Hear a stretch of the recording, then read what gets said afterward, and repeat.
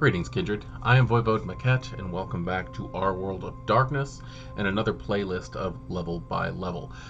I chose to make the Blood Sorcery Rituals playlist separate from the standard rituals because there's so many different types of blood rituals, and I will cover not only just the rituals, but also where they're from, who they're from. The order that this playlist is going to be in is going to be very similar to that of the other level by level playlists, where we handle a book at a time, starting with the core book from Vampire the Masquerade 5th edition. And we get into the more nitty gritty. This is an introduction to blood sorcery, so we will be going over the general rules and consensus, how things work, how things could work better, because it's just like all systems, a slightly flawed system, and it does call for individuals who are playing this game to come up with their own house rules and ways of handling things. I myself have been toying around with thaumaturgy since this came out, going back and forth on my beliefs of how it should have been done in 5th edition, on whether or not I agree or disagree with the new format. But rituals really have not changed that much. There's no prerequisite discipline most of the time, if ever. You do have to spend a certain amount of time and a certain amount of XP to gain said ritual, and a certain amount of time to perform said rituals. The one thing that I really like about 5th edition over other editions of Vampire the Masquerade is the fact that rituals have a specific list of ingredients and how they are used in the ritual, where in my experience other editions of Vampire the Masquerade have basically said you need to gather the ingredients and then left it up to the players and storytellers to come up with what those ingredients were. I have used that in the past, and I've sat down with thaumaturgy companions and blood sorcery write books and everything and tried to figure out what exactly the ingredients would be for specific rituals. And due to the fact that it's not in book, some people who could be considered problem players actually have caused being a storyteller for this to be quite difficult. Given the fact that the specific ingredients are listed inside the book now, it makes things a million times easier for me as a storyteller. So, what exactly does the book say about rituals? Well, getting into it, it says, unless otherwise noted, performing a ritual requires a rouse check, 5 minutes per level to cast, and a winning intelligence plus blood sorcery test. Difficulty equals the ritual level plus 1. Rituals usually require additional ingredients, though some may only be uninterrupted concentration to the user, and often involving the mingling of blood with ingredients chosen according to the principles of sympathetic magic or alchemy. Unless otherwise stated, the caster can only perform beneficial rituals on themselves. So that answers a whole lot of questions that many storytellers are asked by individuals who are practicing blood sorcery in their games. Going step by step, straight out, it requires a rouse check. Of course it does. This is an application of the blood. This rouse check usually comes in the form of the vampire spilling their own blood in conjunction with the ritual. 5 minutes per level to cast. So right there, it's 5 minutes per level to cast unless otherwise noted. And I want to point that out because some of these rituals actually do point out that a higher level may take less time. But rule of thumb, if it doesn't say anything, a level 1 costs 5 minutes. A level 2 takes 10 minutes. A level 3 takes 15. A level 4 takes 20. And a level 5 takes 25 minutes to cast. It's a ritual. It is not an instantaneous point and shoot, here goes the fireball thing that would count as a discipline. It is a more concentrated application of Path of Blood, which is noted in Book of Nod as the beginning of all paths. That being said, I also want to point out that rituals is really where thaumaturgy shines in Vampire the Masquerade 5th edition. And I love that. It is a great use of the vampire's time and what the Tremere are doing behind closed doors. And I guess I should actually say what the Blood Sorcerer is doing, because it could be the Tremere, it could be the Banu Hakim, it could be really anybody who gets their hands on this. But whatever the Blood Sorcerer is doing is it behind closed doors is the terrifying thing. Also, the Blood Sorcerer has to win an Intelligence plus Blood Sorcery test, difficulty equal level plus 1. So, a level 1 ritual is going to be a difficulty of 2. A level 2 ritual is 3, 4, 5, 5, 6. It's that simple. You just add 1 to the level that you are actually using. And the fact that it does say that additional ingredients are needed most of the time is a very, very good thing, because, again, as a storyteller, I have gone through those situations where the person is just like, well, there's no ingredients listed in the book, what do you want me to do? But then when you give them what you want them to do, they throw a fit. Now, also, the fact that it does say that it goes according to the principles of sympathetic and alchemical practices. These are things that we have talked about in earlier videos. The fact that V5 has gone a long way from regular Vampire when it comes to considering what ingredients and what actions are needed on whether or not this is going to be alchemical, which is almost like a chemistry project, or whether or not it's going to be sympathetic magic, which falls into the category of like attracts like. We've covered a lot of this in the Thin Blood alchemy rituals, because a lot of their stuff, although it is chemical and science-based in this fictional setting, it also goes a lot into like attracts like, which is sympathetic magic. Now, Tremere rituals also have these wonderful things called wards. Wards in V5 are done a lot easier than they have ever been before, because there are both two types of wards. There are wards themselves, and then there are warding circles. The book states that the Tremere employ wards extensively, basing them on their hermetic traditional sigils. Banu Hakim usually involve geometric or abjectic writings rather than occult symbols, but the methodology remains the same in both cases.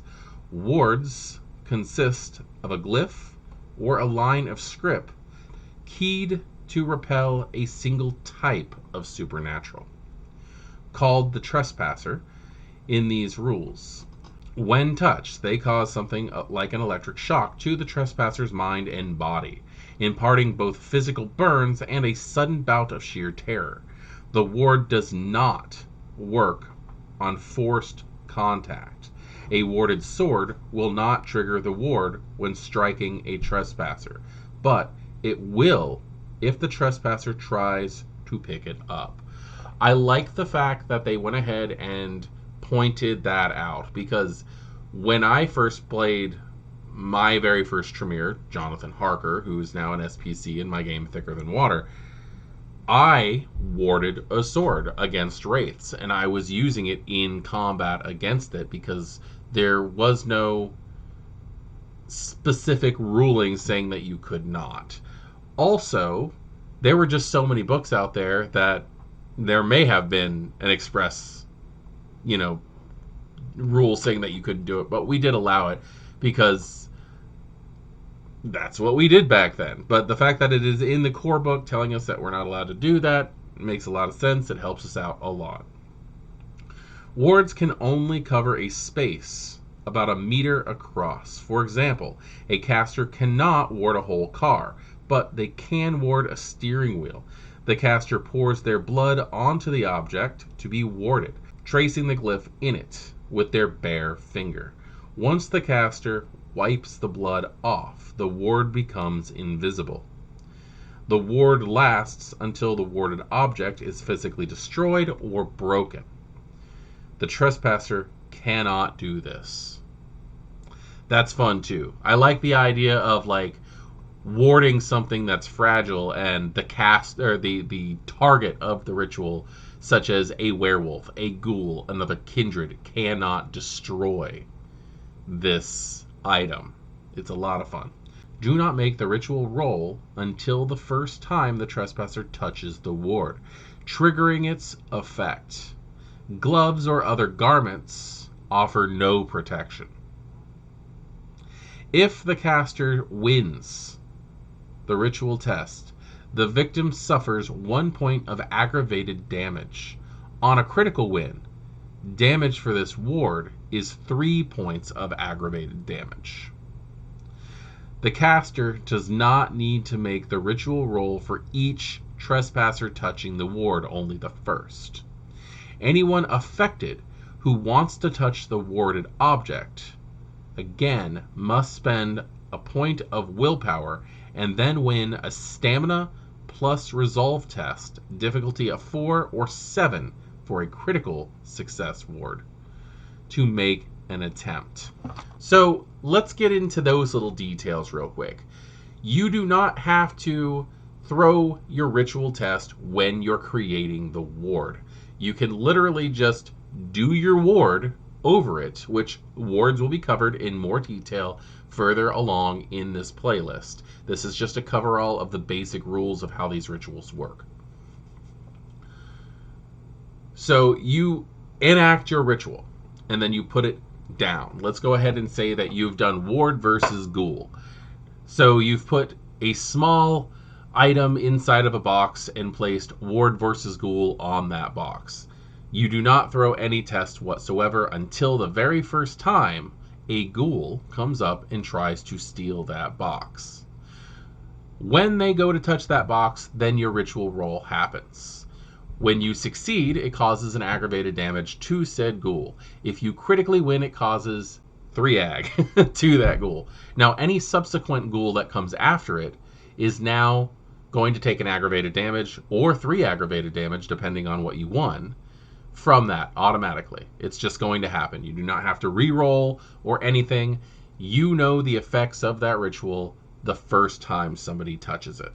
If anybody goes in for a second time to grab that after they've already been burned by it, so let's just say ghoul number 1 who burnt themselves the first time goes back to pick it up, they have to spend a willpower to do it to overcome that trauma from what happened before. They have to force themselves into it. Then they have to succeed in a stamina plus resolve roll.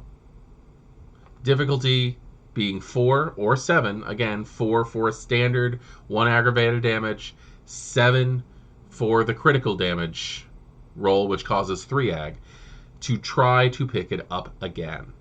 So they could very well get it, but it really is a matter of how willing they are to put themselves into danger for who they're working for or for what their goals are. The last thing it says for standard wards is Sense the Unseen, which is Auspex level 1, can detect wards with a contest of intelligence plus Auspex versus the caster's intelligence plus blood sorcery. So if you have Sense the Unseen, you can see it as like a mystical glowing around it, or perhaps the ward itself can be seen glowing as some like high definition bright colored glyph that they've drawn on the thing, or the words that have been scrawled across the surface. I do enjoy that also because if you stop and think about it, younger vampires who have never seen a warded object before could very well be attracted to it. There might be that little tingling voice in the back of their head of their beast screaming at them not to touch it because it's going to harm them. But I can also see them going, but it's so shiny, and having to touch it at least once. That's a good learning experience that you could actually have. Or their beast could very well learn with them at that point in time. In which case, every time they see a warded object after that, it would cause their beast to recoil. And depending on how severe the damage was, possibly suffer from the effects similar to Dolent. Then we come to warding circles. Warding circles are a little different. They have the same basic principles as the wards themselves, but a warding circle resembles a regular ward painted on the ground or floor. It requires 3 times the ritual ingredients of the regular ward of the same type. Knowledge of the ward does not convey knowledge of its corresponding circle or vice versa. That is massively important, and I think that needs to be taken in direct conflict when we're talking here. Knowing how to create a ward does not necessarily mean that you know how to create the warding circle and vice versa, because the warding circle is going to have various symbols painted in blood to create the circle. Very similar to those of you who know anything about rune staffs and how they work, where you might know the rune, but if you looked at a rune staff, you might have trouble, without experience, pinpointing which rune is corresponding to what. And therefore, if you knew what a rune staff was, you might actually have a hard time being able to pinpoint what the actual focus is. This goes along the same path as that. Trespassers who attempt to cross a warding circle suffer its effect unless the caster inscribes the warding circle pointing inward around the trespasser in the first place. It does not block attempts to leave the circle. That's actually a pretty interesting thing. If you draw a warding circle, like in a doorway, like on the floor of a doorway, it would cause somebody damage. But let's go ahead and say that you've gotten someone tied up and you're holding somebody hostage. If you draw the circle's patterns inward instead of the regular way, that would stop them from leaving the circle, where the other way around stops them from entering the circle. That's a fun little detail that I can see a lot of storytellers deciding to just go ahead and ignore. But does put a lot of emphasis of making sure that you're doing things the right way the first time. Its rules differ from regular wards in a few respects. It costs 3 rouse checks worth of blood to paint the circle and pentacles, which can cover up to a 3-meter radius. Now, I want to point that out. Not only does a magic circle for your warding, a warding circle, have a circle, but it also has pentacles. And I want to point out the difference between pentacles and pentagrams in this respect. Pentacles are going to be 5-pointed star with circles around them. That is what the difference is. If you see something that says it's a pentagram, it's going to just be the star itself. The pentacle, however, typically means protection in some fashion, and it makes sense to include it in warding circles, since a warding circle would generally be used to protect. They're probably going with the concept of the alchemical use of pentacles and warding circles here, where you would be considering the watchtower. So one in the north, the south, the east, and the west, to represent the higher forces of power of the universe that they would be calling down to act as protection. Even if the Tremere or whatever blood sorcerer does not believe in these actions, it still has become, at this point, the motions that you go through to properly prepare a magic circle. It takes a full night to cast and a ritual roll at the time at a +2 to difficulty if the caster wants it to last the whole year and a day. Otherwise, it dissipates at dawn. Now, considering the fact that it takes so long to cast these ritual circles, I really don't see why anybody would not make them last the entire year and a day. But I guess that is very situational, because you could need to do this just for one night, given a specific situation. I'm sure you guys can definitely think of things that you would need to use it just for one night. But I would tend, given the amount of work warding circles actually take, to only use them in dire circumstances where I would want to protect things long term. When the trespasser attempts to cross the circle, roll a contest of intelligence plus blood sorcery versus the trespasser's willpower. If the storyteller or player wrote down the results of the original ritual roll used to cast a year-long warding circle, they can use that result here. Now, I would highly suggest writing these down so that you have the difficulty saved at all points in time. If the warding circle fails, the trespasser can enter it. If the caster wins, the trespasser takes 3 points of superficial health damage, or 3 points of aggravated damage if it was on a critical win, and cannot enter. So it acts as like a barrier. They can't get through it. The trespasser must spend a point of willpower to attempt to enter the circle again. So, same thing with standard wards. If they take the damage the first time, if they want to try to attempt again, they're going to have to spend a willpower to get over the emotional shock that they went through taking that damage, be it superficial or aggravated. If the trespasser wins the contest, enters the circle, and leaves it again, they must repeat their half of the contest. The caster's initial results remain to re-enter it. So even if they get past it, to do it again, they're gonna have to go through it all again. Those are big, and I understand how confusing they can be, but hopefully this video does wear down a little bit on how these things work.